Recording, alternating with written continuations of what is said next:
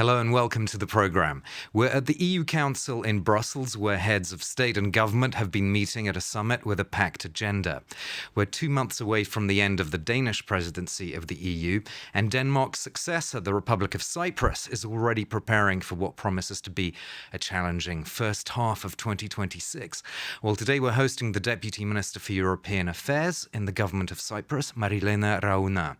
Before taking on this job in January of 2024, she was director of the Diplomatic Office of the President, Nikos Christodoulides, and EU Sherpa. She's also been Special Advisor at the Cypriot Ministry of Foreign Affairs, focusing on EU issues and EU-Turkey relations. Welcome to Talking Europe. Thank you very much. I'm delighted to be here. So I'm interested what your approach will be to Ukraine in your presidency, because, of course, Cyprus is not a member of NATO, so I imagine you might not be as hawkish on the Russia-related questions as, for example, the Eastern European or the Baltic states. So what kind of general approach are you going to take? An approach of unequivocal, steadfast support to Ukraine on all fronts, political, economic, and humanitarian. The Russian aggression against Ukraine is a European question. It is a European issue. It is about defending our core principles. It is about defending international law, in particular territorial integrity, independence, and sovereignty. This is particularly pertinent and important for Cyprus, a member state of the European Union that has its part of its territory under occupation by Turkey. We know firsthand what it means to have territorial sovereignty, territorial integrity and sovereignty violated. It will be a top priority for the Cyprus presidency. Look, for us, and I think across the board, this is a litmus test for the European Union. It is about our security architecture. It is about our autonomy. And so even though Cyprus is not a member state of NATO, we would have wished to be a member state of NATO. We support the cooperation based on the established framework during our presidency, both on the issue of political, economic, humanitarian support. So that's one track. Then there is the track of sanctions, both new measures, but also implementation, and the very important issue of circumvention of sanctions that undermines, but also the accession negotiations for Ukraine, because enlargement is one of our priorities. Circumvention of sanctions is crucial. As I'm sure you know, Ukrainian media in the last few months were talking about the Russian shadow fleet breaking these oil embargoes in international waters off Greece and Cyprus, and not in Cypriot waters, but close by. What's your thinking on these loopholes then?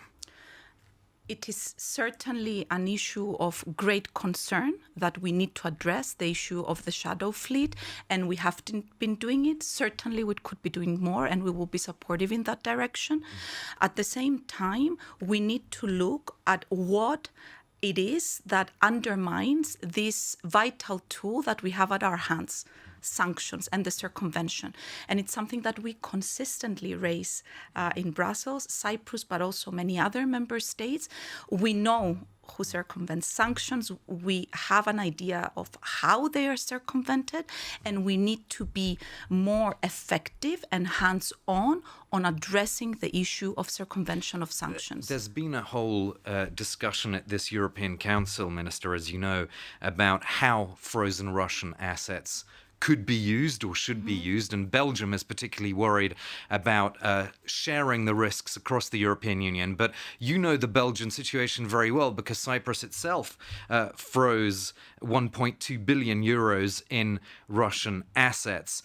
So how do you see this whole question of sharing the risks across the EU in using these assets for Ukraine? Look, I think there is broad support on the need to continue supporting Ukraine financially, to continue supporting Ukraine in its defense capabilities.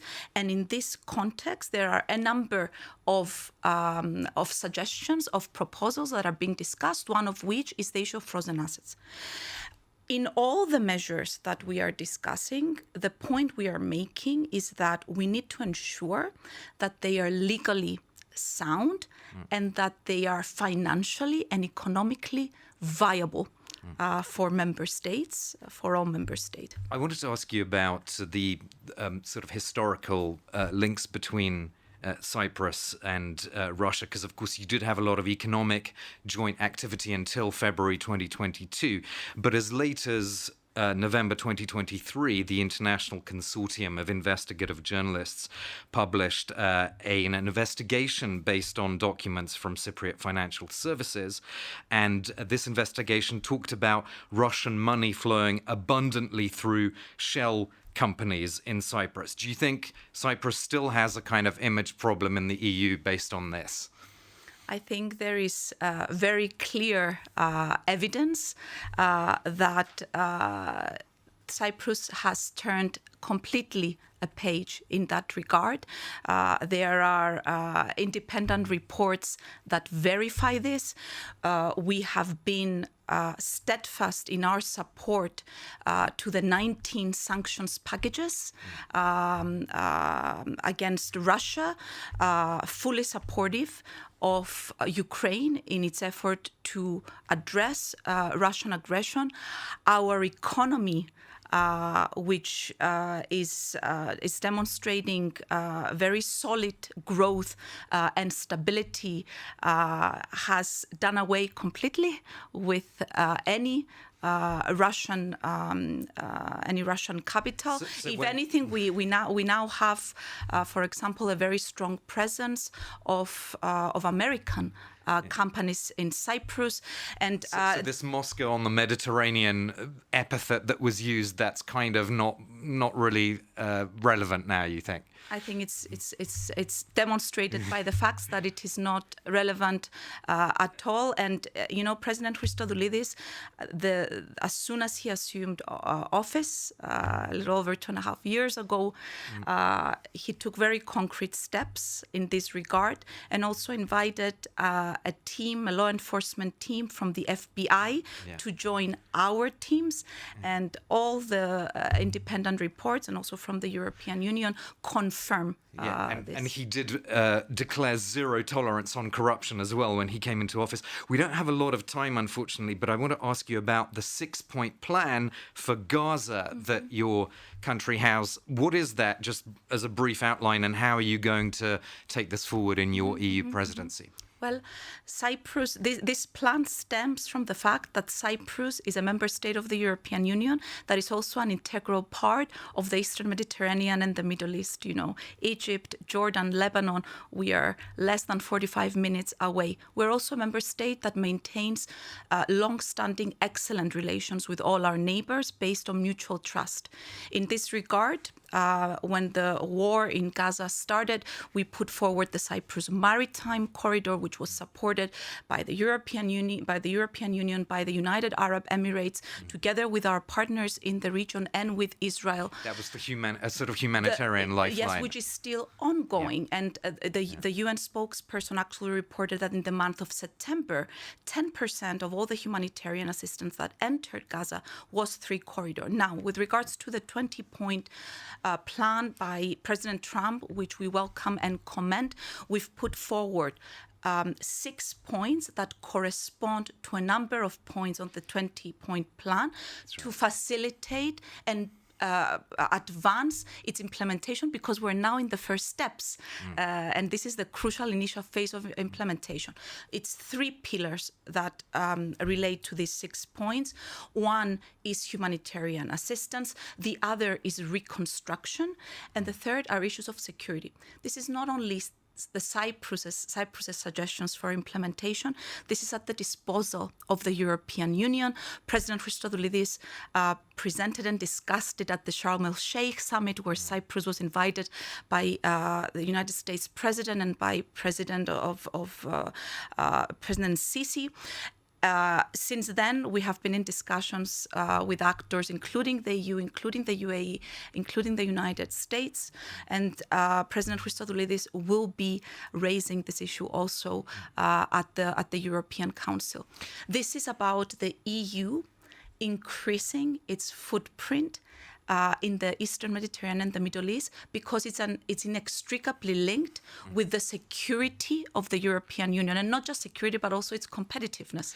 We only have 2 minutes left, unfortunately, but I wanted to ask you about developments in Cyprus itself. There's a new Turkish Cypriot leader who was elected in October, a pro-European leader, Tufan Erhurman. Does this give you confidence about future peace talks and maybe even reunification? The Turkish Cypriots chose a new leader, Mr. Erhurman. We see it as a positive development, the fact that there is a Turkish Cypriot leader now that has stated that he supports the basis for a solution as prescribed by the relevant UN Security Council resolutions for a bizonal, bicommunal federation. We are ready, even next week, to start and resume negotiations for a comprehensive settlement in line with the UN Security Council resolutions. The EU stands ready to support with all means at its disposal. This has already been stated in the European Council conclusions of April 2024. The President of the European Commission appointed a special envoy on the Cyprus question, and resumption of negotiations and progress on the Cyprus question, the European Union's last divided and under occupation member state, will be important not just for Cyprus, but also for our region. It will send a signal, a positive signal to our region, but also for the European Union itself. It's an integral part of our efforts for European unification. And it will also be very important in the context of EU-Turkey relations, on which we are ready to take steps, hand in hand with the developments on the Cyprus question. Peace could unlock a lot of different opportunities, but we'll have to stop there. Thank you so much for being my guest. Marilena Raouna, whose country, Cyprus, is next to hold the EU presidency. Well, in part 2 of Talking Europe, we focus on the snap election in the Netherlands, asking what's at stake for the Dutch and for the EU. Do stay with us.